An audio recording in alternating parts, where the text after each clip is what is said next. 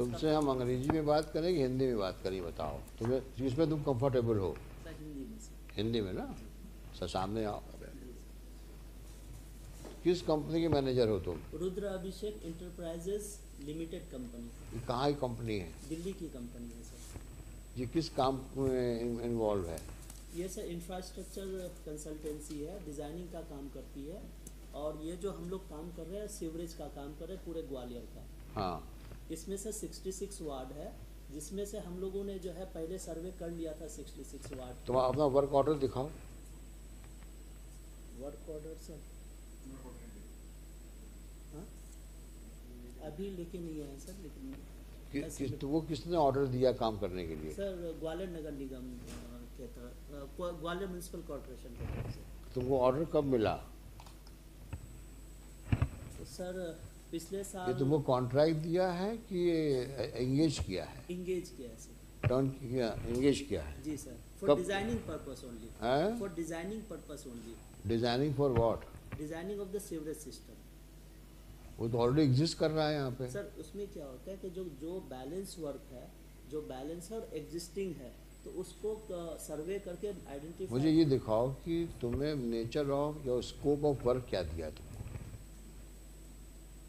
Sir वो submit कर देंगे अभी साथ में। We need to understand. जी सर। क्योंकि अल्टीमेटली तुम यहाँ कुछ कहोगे, जी फील्ड में कुछ करोगे और जवाब कुछ आएगा, तो this will all lead to total confusion. और that is the best way to avoid any mandate any meaningful order. जितना कंफ्यूजन क्रिएट करो कोर्ट में, उतना ही सेफ रहोगे तुम। क्यों? तुम कहो साहब मैंने ये कर दिया, कारपोरेशन कहेगी साहब हमने ये काम दे दिया था, जवाब आगे सब काम हो गया है। अब बेंच उसमें ढूंढे कि किस का कॉन्ट्रैक्ट दिया गया तुमको। मतलब ऑल क्लरिकल वर्क या ऑडिटर वर्क कोर्ट करें, फिर हम समझें तुमने क्या काम किया और अल्टीमेटली रिजल्ट क्या हुआ। तो इन सब चीज़ों को में हमारा टाइम जाया ना हो, आपने स्पेसिफिकली बताना है मेरे को कि साहब मुझे इस नेचर ये स्कोप ऑफ वर्क है जिसमें मुझे ये काम करना है और मैंने ये काम कर लिया है। समझ में आया? जी सर। क्योंकि जो आपको वर्क करने को कहा गया है वो स्पेसिफिक होना चाहिए, क्या काम दिया गया आपको और उस लाइन में आपने क्या क्या काम किया है। क्योंकि ये मसला ऐसा है जिसमें ये ट्रंक लाइन बिछाना चाहते हैं और ट्रंक लाइन में सारी सीवेज लाइंस डिफरेंट वार्ड से जाके मर्ज होंगी। कहीं पर वो आपस में मर्ज होंगी, फिर वो आगे बढ़ेंगी, फिर अल्टीमेटली उसमें जाएंगी। तो नेटवर्क ऑफ सीवेज लाइंस का रीइंफोर्समेंट इशू है कि कितनी ठीक है, कितनी खराब है और कितनी मरम्मत चाहती है। समझ में आया? अब आप खुद सोचिए, जब स्टेट का ज़माना था, जब रियासतें चलती थी यहाँ पर, तब की लाइन पड़ी हुई है और वो अभी भी चल रही हैं। उसके बाद आपने कितनी लाइंस डाली और लाइनें सब ध्वस्त हो गई। तो ये जितना कन्फ्यूजन में काम किया गया है पिछले 8-10 सालों में, जो आज तक ठीक नहीं हो पाया है, तो उसका कारण वही है कि अमुक वार्डों का किसी को कॉन्ट्रैक्ट दे दिया, अब उसने उसमें जो कुछ भी किया हो हाज़ाब हो गया। अब किसने वेरीफाई किया, क्या किया और लाइंस के साथ उसका कोई कनेक्शन हुआ कि नहीं हुआ, किस तरीके से प्रोग्रेस हुआ, ही नोज, क्योंकि जाल है वो। तो हम इसका रिकरेंस नहीं चाहते,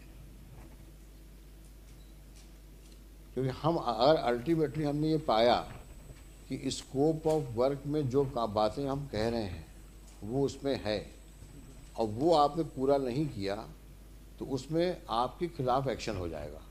जी सर। तो आप कोई लीपा पोती करने के बजाय आप साफ साफ बात करो हमसे, फिर हम कमिश्नर को बुलाएंगे कि क्या क्या काम तुमने दिया इनको और किस गति से और कितना काम हुआ।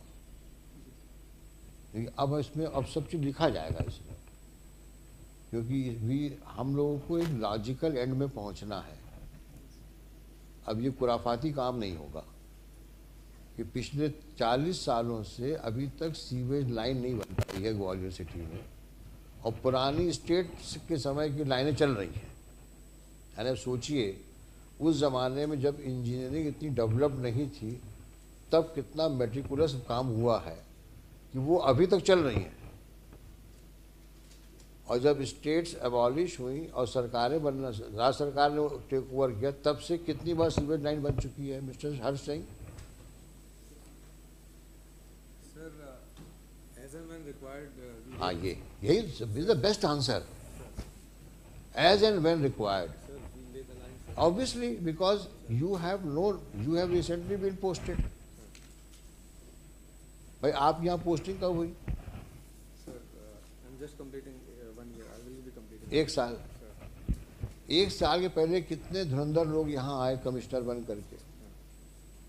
1956 से स्टेट बना है, उसके पहले सीपीएन बराड़ था, और जागीरें कब अबॉलिश हुई हैं? 48 में हुई हैं, 51 में हुई हैं। अलग-अलग time पे sir. हाँ, तो 51 से लेकर के और 56 तक एक पीरियड हुआ, और 56 से चल आज 2024 तक एक पीरियड हुआ। आप रिकॉर्ड देख के बता दीजिए हमको कि साहब इतने पीरियड में सीवेज लाइन में क्या क्या काम हुआ। भाई रिकॉर्ड तो होगा ना कॉर्पोरेशन में, Record है sir. तो समझाइए तो हमको कि साहब इस पीरियड में कितना काम हुआ है। अगर हम 1956 से भी ले लें, अब आज 2024 है, कितने साल हो गए? Sir.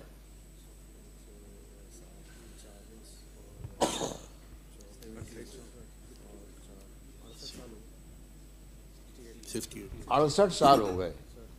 68 साल में आज हम कहाँ खड़े हैं सीवेज सिस्टम को लेकर के ग्वालियर शहर में?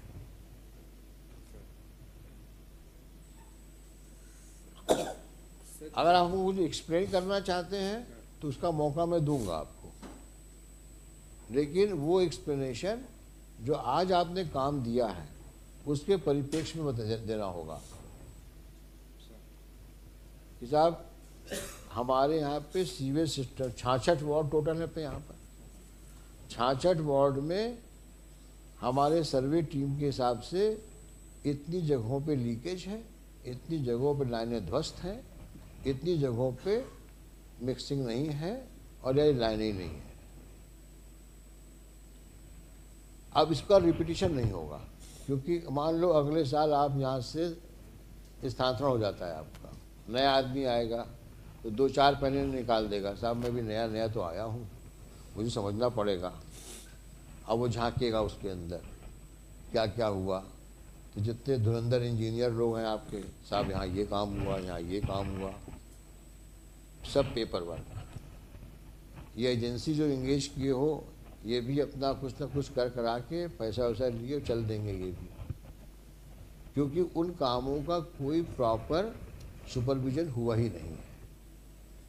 अभी तक केवल रिपेयर्स के नाम पे गाड़ी चलती रही है। इसी कारण से ट्रंक लाइन बनी नहीं, वो सीवेज लाइन का कचरा स्वर्ण रेखा रिवर में जाता रहा, नदी रिड्यूस होकर नाला बन गई, और नाला बनने के बाद अब वो चौक हो गई। इसकी मैं पुनरावृत्ति नहीं होने दूंगा और सब लिख के जाऊंगा कि क्या क्या आपने कहा है और क्या क्या इसने करने को स्कोप दिया और क्या क्या कर रहा है ये, कितने समय में वो करेगा। ये सब राइटिंग में रहेगा ताकि जो हमारी सक्सेसर आवे उनको इस बात का इल्म हो कि कितना सीरियस प्रोजेक्ट है ये और इसमें अब लीपापोती का स्कोप नहीं रहेगा।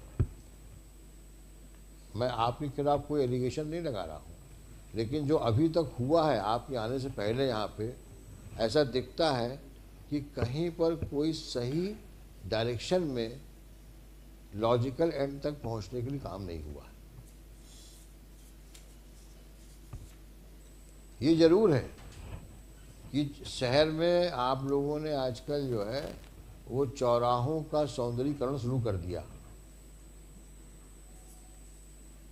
करोड़ों रुपया खर्च करके सुंदर चौराहे बन रहे हैं, रंग बिरंगे उसमें फवारे चलेंगे, मार्बल का उसमें सब काम वाम हो रहा है, दिखता है आजकल सब सौंदर्यीकरण तो खूब चल रहा है, लेकिन मूलभूत समस्याओं का समाधान किस हद तक हुआ है इसके बारे में किसी को चिंता है?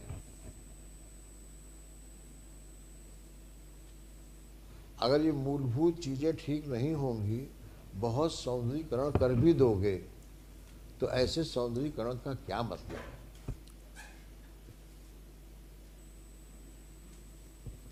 मैं बार बार आप लोगों से कहता हूँ, बेसिक एमिनिटीज़ पे ज़्यादा ध्यान दो, उस पर ज़्यादा पैसा खर्च करो बनस्पत कॉस्मेटिक चेंजेस लाने के।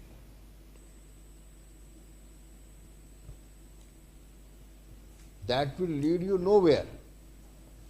आज सौंदर्यीकरण कर लिया, कल वहाँ फिर पोस्टर छपेंगे, चिपकेंगे, वहाँ पे लाउड स्पीकर लगेंगे, लोग उसको मिसयूज़ करेंगे और सब जैसा आप देखते आए हो, सौंदर्यीकरण कर तो देते हो लेकिन पौधे लगा दिए, 6 महीने बाद ना कोई पानी देने वाला है, ना कोई उसकी देखभाल करने वाला है, वो सब उसमें धूल में मिलने वाली चीज़ें हो जाती हैं।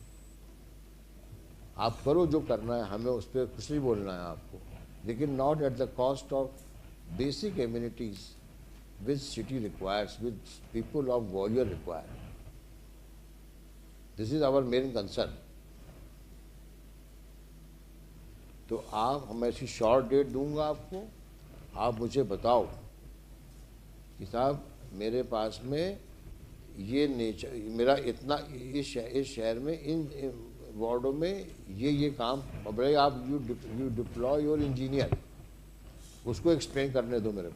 कोई इंजीनियर आया तुम्हारा साथ में यहाँ पे? सब हैं सर यहाँ पे, हमारे कौन कौन से इंजीनियर हैं यहाँ सब पे? हैं सर,